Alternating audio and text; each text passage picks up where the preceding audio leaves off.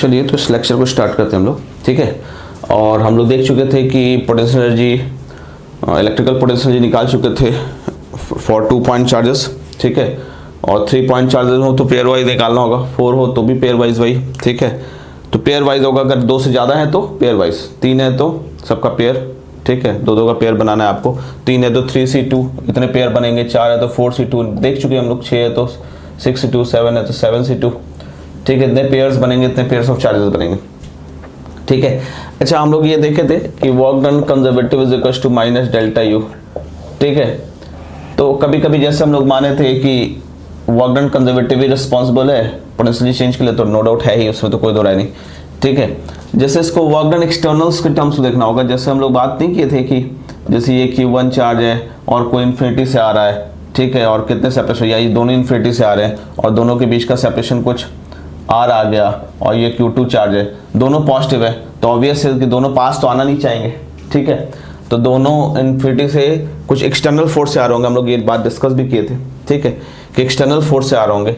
तो जब भी अगर हम लोग ऐसे बात करें कि एक्सटर्नल फोर्स से आ रहे होंगे, तो हम लोग एक्सटर्नल के टर्म्स में अगर पोटेंशियल को डिफाइन करना चाहें, किसके टर्म्स में, कंजर्वेटिव के टर्म्स में डिफाइन होता है ये, बाय डेफिनेशन ही यही है, ठीक है, कि वर्क डन कंजर्वेटिव जो होता है वो माइनस डेल्टा यू होता है, और माइनस डेल्टा यू मतलब U final minus U initial, ठीक है, that can be written as U initial minus U final, ये तो वर्क डन कंजर्वेटिव है। पर अगर हम लोग वर्क डन एक्सटर्नल के टर्म्स में लिखना चाहें, ठीक है, तो एक्सटर्नल के टर्म्स में लिखना चाहिए, जैसे हम लोग जानते हैं कि work done conservative plus work done non conservative plus work done external is equal to change in kinetic energy होता है। नॉन कंजर्वेटिव तो कहना है ही नहीं, तो हम लोग ला रहे एक्सटर्नल फोर्स ला रहे इन्फिनिटी से, ठीक है। तो अगर हम ये तो हम लोग जानते ही हैं कि ये माइनस डेल्टा यू है, ठीक है, plus work done external equal to delta K, ठीक।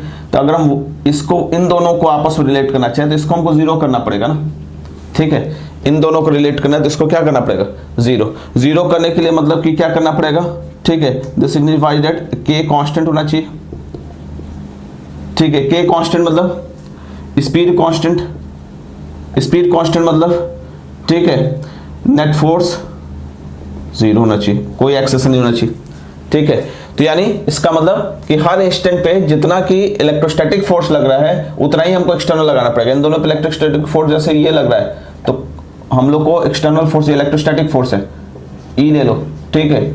तो हम लोग एक्सटर्नल फोर्स भी उसी की इक्वल हर टाइम लगाना होगा, जिससे कि सबकी स्पीड क्या रहे, कांस्टेंट, ठीक है।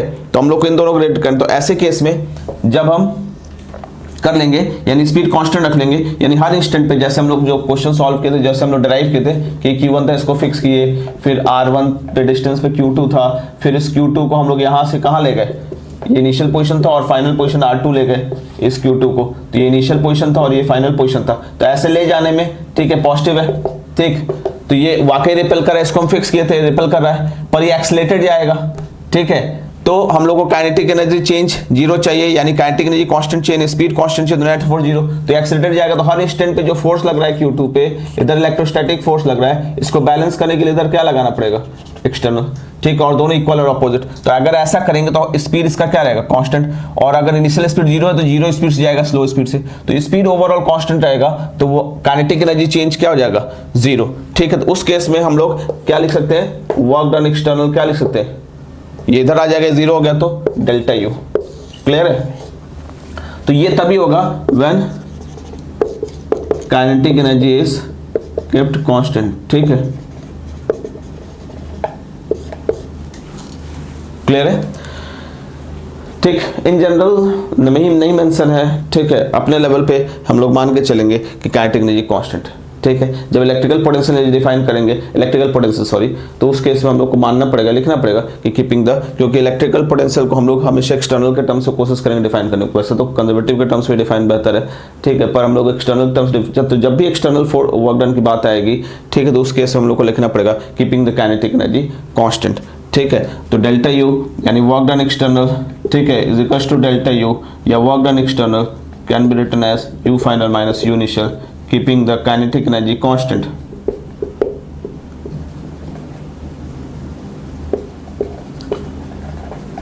अगर ऐसा कहानी है तभी हम ऐसा लिख सकते हैं, अदरवाइज नहीं। क्लियर ये बात तो यहाँ समझ में आ रही है, क्योंकि जैसे ही अगर काइनेटिक एनर्जी चेंज हो रहा है तो वर्क डन एक्सटर्नल क्या हो जाएगा, डेल्टा के प्लस डेल्टा यू हो जाएगा, ठीक है। यानी वर्क डन एक्सटर्नल क्या हो जाएगा, अगर चेंज नहीं हो रहा है डेल्टा के प्लस डेल्टा यू, ठीक है। तो ये तो इसके बराबर नहीं होगा, इसके बराबर तभी होगा जब ये क्या होगा आपका 0, ठीक है।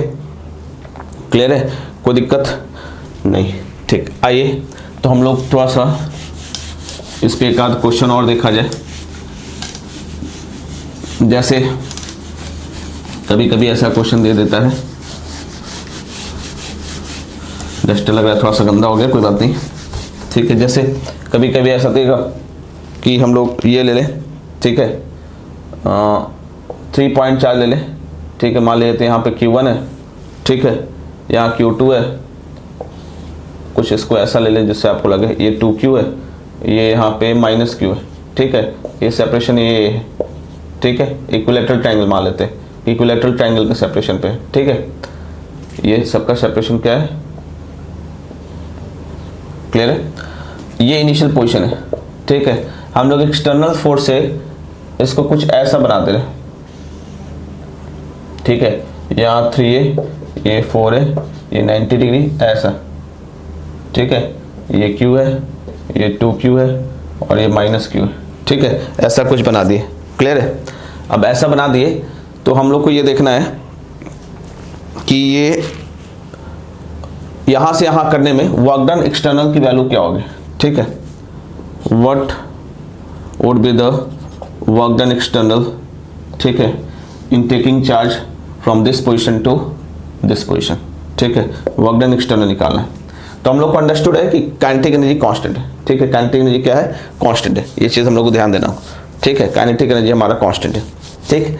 तो आइए, यानी हम लोग को वर्क डन एक्सटर्नल क्या हो जाएगा, U final minus U initial, simple सा जैसा हम लोग देखे हुए। तो U फाइनल यानी इस केस में, तो U फाइनल क्या हो जाएगा इस केस में, पेयर वाइज इन दोनों का, फिर इन दोनों का, फिर इन दोनों का, ठीक है। तो आइए पेयर वाइज देखा जाए, U फाइनल ऐसे बड़ा ब्रैकेट बना ले, इन दोनों का देखा तो 2Q into Q, Q1 Q2 अपन 4 पाई एप्सिलॉन R होता है ना, Q1 Q2, जैसे अगर 2 पॉइंट चार्जेस है Q1 Q2, तो क्या होता है हमारा, यहाँ Q1 है, ये Q2 है, R है, तो Q1 Q2 upon 4 pi epsilon R, ठीक है।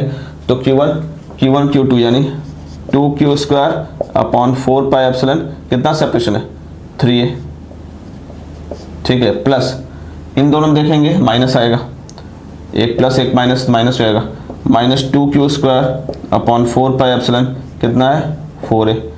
इन दोनों में देखेंगे तो एक प्लस एक माइनस, तो माइनस ही हो जाएगा, -Q square upon 4 pi epsilon, कितना हो जाएगा 90 डिग्री है, ये 3 है, ये 4 है, तो ये 5 हो जाएगा, ठीक है।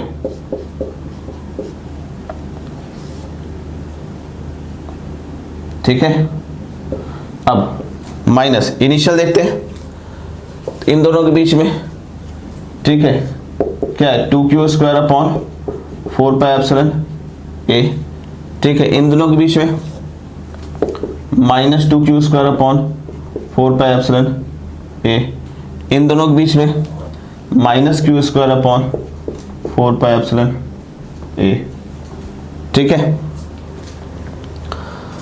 अब आइए देखा जाए, तो यहां से देखिए सबको सॉल्व किया तो Q स्क्वायर कॉमन हो जाएगा क्या हमारे पास, ठीक है। Q square by 4 pi epsilon A common है, बचा गया यहाँ पे 2/3 माइनस 2/4 माइनस 1/5 माइनस 2, ठीक है, minus minus plus 2 minus minus plus 1, ठीक है। क्लियर है, तो ये -2 + 2 कैंसिल हो गया, क्लियर है, कोई दिक्कत, -2 + 2 कैंसिल हो गया 1, तो 1 में से ये 2/3 है, 2/4 1/2 हो जाएगा, ठीक है। तो आपके पास ये सॉल्व कर लीजिए, तो कितना आ जाएगा हमारे पास Q square upon 4 pi epsilon A, ठीक है। यहाँ पे आ जा रहा है आपका 2/3, ये -1/2 + 1, तो +1/2 हो जाएगा, +1/2 -1/5, ठीक है। तो अगर आप एलसीएम आओगे तो कितना एलसीएम आ जाएगा आपका, देखिए तो 30 आ जाएगा, ठीक है। 30 + 1/2 हो गया ना, ये आपको देखोगे यहाँ तक 2/3 + 1/2 -1/5, क्लियर है। 30 हो गया, 20 + 15, ठीक है, 35 - 6 कितना हो जाएगा 29, क्लियर है? कोई दिक्कत, कोई कष्ट? ठीक है, तो ऐसे हम लोग क्वेश्चन सॉल्व कर देंगे, कहीं कोई दिक्कत नहीं आएगा। ठीक, ऐसे यहाँ से ये इनिशियल पोजीशन था, इसको कहाँ पहुँचा दिया हम लोग? फाइनल पोजीशन पे। तो वर्क डन एक्सटर्नल बोलेगा कि ऐसा करने में हम लोग को कितना लगा, तो you final minus U initial, work done external. Understood है कि काइनेटिक एनर्जी क्या होगा आपका? कांस्टेंट। काइनेटिक एनर्जी क्या होगा आपका? कांस्टेंट। ठीक है, तो जब काइनेटिक एनर्जी कांस्टेंट होगा तो ऐसे केस में हमारे पास ठीक क्या करना होगा? You final minus U initial, simply, और कुछ ज़्यादा 3-5 नहीं करना है। ठीक है, उम्मीद है आपको समझ में आया होगा। ठीक है, तो आगे ऐसे 1-2 एग्जाम्पल नेक्स्ट लेक्चर में हम देखेंगे। Till then stay connected, thank you.